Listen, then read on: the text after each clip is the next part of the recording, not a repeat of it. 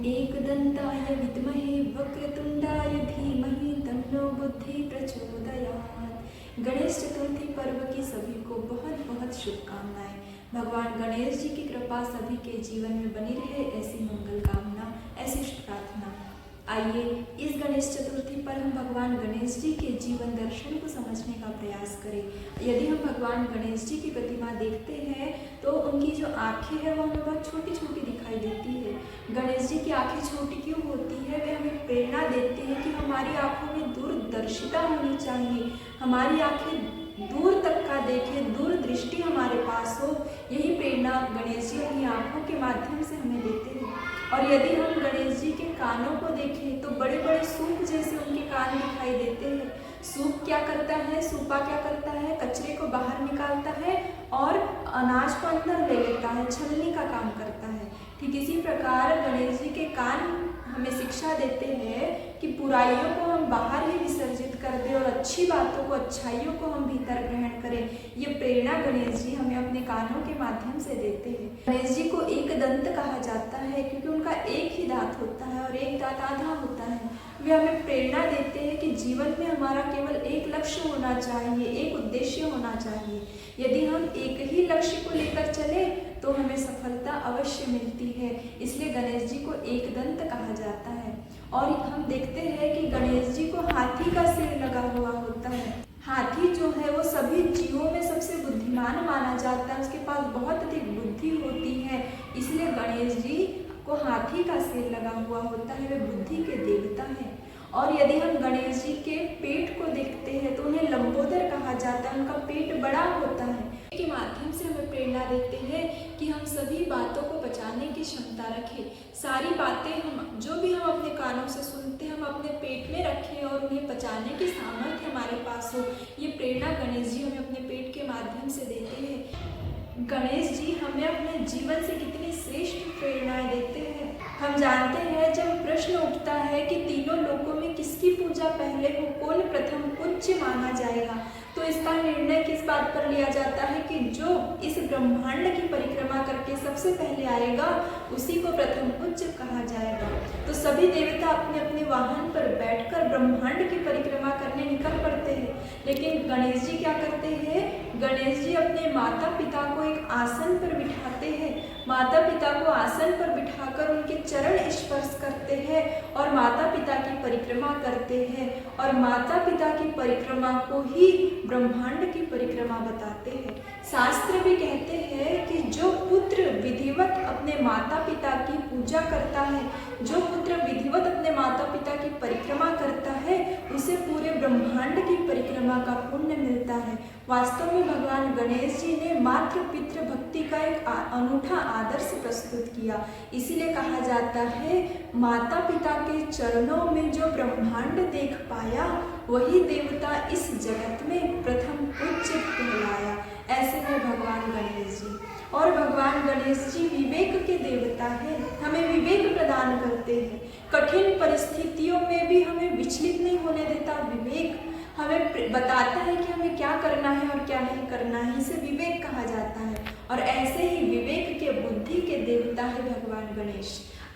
आइए इस गणेश चतुर्थी पर हम श्रद्धा के साथ, आस्था के साथ, निष्ठा के साथ भगवान गणेश जी का पूजन करें, उनकी उपासना करें, क्योंकि देवताओं को श्रद्धा बड़ी प्रिय होती है। पूजन में श्रद्धा का बड़ा महत्व होता है। यदि हमारे पास श्रद्धा नहीं है तो हमारा पूजन लागू नहीं होता। इसलिए हम श्रद्धा के साथ भक्ति करें।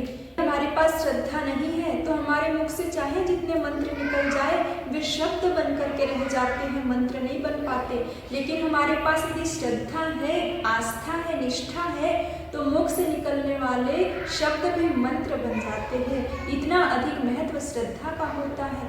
इसलिए हम श्रद्धा के साथ भगवान गणेश जी का पूजन करें। एक व्यक्ति था, बड़ा दुखी रहता था, बड़ा परेशान रहता था, तो उसके मित्र ने उसे सलाह दी कि तुम एक काम करो, तुम बाजार जाओ और गणेश जी की बहुत सुंदर प्रतिमा लेकर आओ, अपने घर में स्थापित करो, गणेश जी का पूजन करो। गणेश जी के पूजन से ये तुम्हारी जितनी भी समस्याएं हैं उनका समाधान हो जाएगा। तो व्यक्ति बड़ा प्रसन्न हो गया।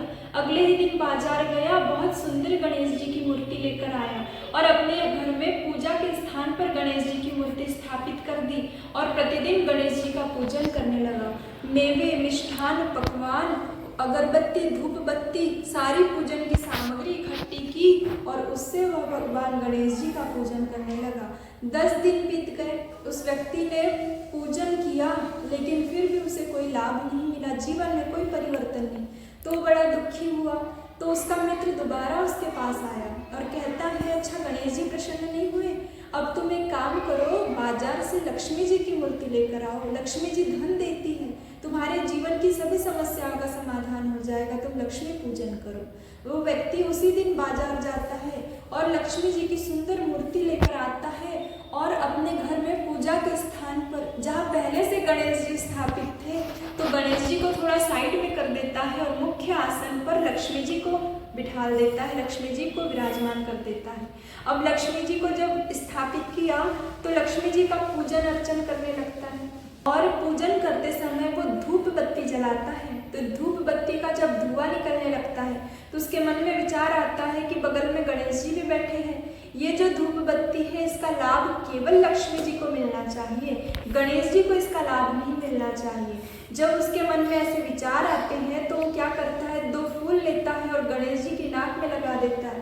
कहता है कि बोले इसका धुआं मैं आपको नहीं दूंगा, क्योंकि 10 दिन मैंने आपकी पूजा की, आप प्रसन्न नहीं हुए, इसलिए आज ये केवल लक्ष्मी जी के लिए है, इसका लाभ केवल लक्ष्मी जी को मिलना चाहिए। इसलिए उस व्यक्ति ने 2 फूलों से गणेश जी के नाक बंद कर दिए।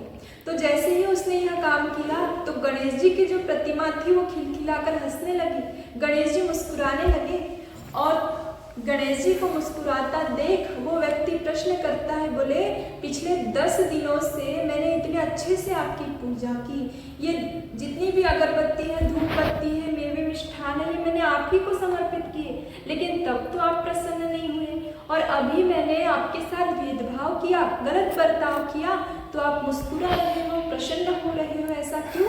तो गणेश जी की प्रतिमा बोलती है, क्या कहते हैं गणेश जी, बोले पिछले 10 दिनों से तो ये सोच रहा था कि यहाँ पत्थर की मूर्ति विराजमान है, पिछले 10 दिनों से तेरे मन में ये कभी नहीं आया कि यहाँ भगवान हो, तेरे मन में क्या आया कि यहाँ पत्थर की मूर्ति विद्यमान है, लेकिन आज तेरे मन में ये विचार आया कि यहाँ कोई पत्थर की मूर्ति नहीं, यहाँ साक्षात प्राण चेतना विद्यमान है, यहाँ साक्षात भगवान विद्यमान है, तभी तेरे मन में ये विचार आया। यदि यही विचार पहले दिन आ गया होता तो मैं पहले दिन ही प्रसन्न हो जाता।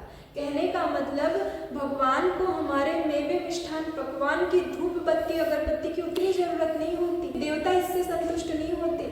देवता क्या देखते हैं, हमारी श्रद्धा देखते हैं, हमारी भावना देखते हैं कि हम किस श्रद्धा के साथ पूजन कर रहे हैं, किस भावना के साथ पूजन कर रहे हैं। इसलिए जब हम गणेश जी का पूजन करें तो श्रद्धा के साथ, भावना के साथ, आस्था के साथ, निष्ठा के साथ भगवान का पूजन करें। हम बिल्कुल ये सोचें कि यह साक्षात भगवान विद्यमान है, साक्षात प्राण चेतना विद्यमान है, ऐसा मानकर हम भगवान का पूजन करें तो वास्तव में भगवान की कृपा हम सभी के जीवन में आती हुई चली जाएगी। सभी को गणेश चतुर्थी पर्व की बहुत बहुत शुभकामनाएं। धन्यवाद। जय श्री गणेश।